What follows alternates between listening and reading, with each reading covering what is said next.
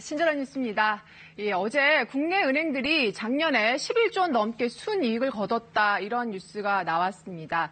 은행들이 경영을 잘해서 그런가 보다 이렇게 할 수 있는데 내용을 좀 뜯어보면 꼭 그런 것만은 아닌 것 같습니다. 지금부터는 국내 시중은행들이 어떻게 돈을 벌었고 그게 집에서 TV를 보고 계시는 시청자들 또 소비자들한테는 어떤 영향을 미치는지 좀 보겠습니다. 먼저 구체적으로 시중은행들이 얼마나 이익을 남겼는지 보면은요. 일반 시중은행, 또 인터넷 전문은행, 특수은행 이거 다 합쳐서 국내 19개 은행 순이익이 지난해 11조 2천억 원으로 집계가 됐습니다. 이게 재작년 그러니까 2016년에는 2조 5천억 원이었습니다. 그러니까 이 4배도 넘게 확 늘어난 건데 이게 7년 만에 최대치라고 합니다. 이걸 뜯어보면 일반 은행의 단기 순이익이 2조 원 넘게 늘었고 또 적자였던 산업은행, 수출입은행 같은 특수은행들도 3조 원 가까이 이익을 냈습니다.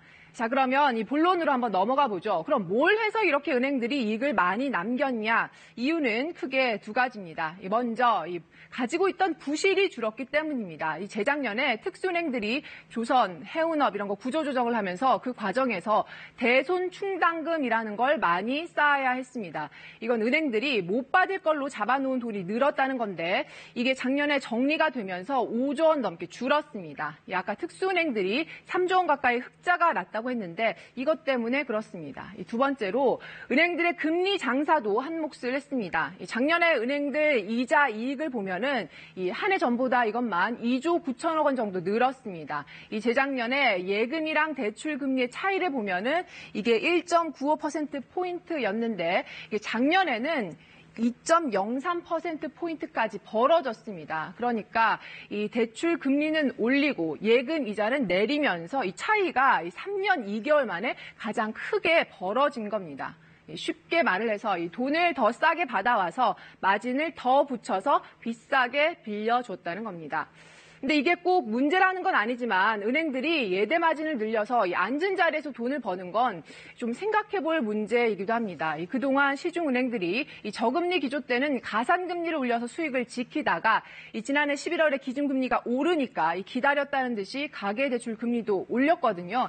미국 기준금리 인상 기조를 감안해 보면은 은행들이 대출 금리를 앞으로 더 올릴 거란 전망이 우세합니다. 가계대출이 1,400조를 넘어선 상황에서 이대로 가면은 그 충격이 고스란히 서민 또 중산층 몫이 될 수밖에 없습니다.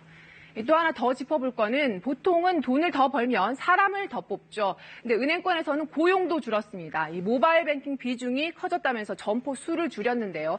그만큼 짐을 싼 은행원들도 많았습니다. 작년에만 4천 명 넘게 퇴직을 했습니다. 이것도 은행들 이익이 늘어난 이유 중에 하나로 꼽힙니다.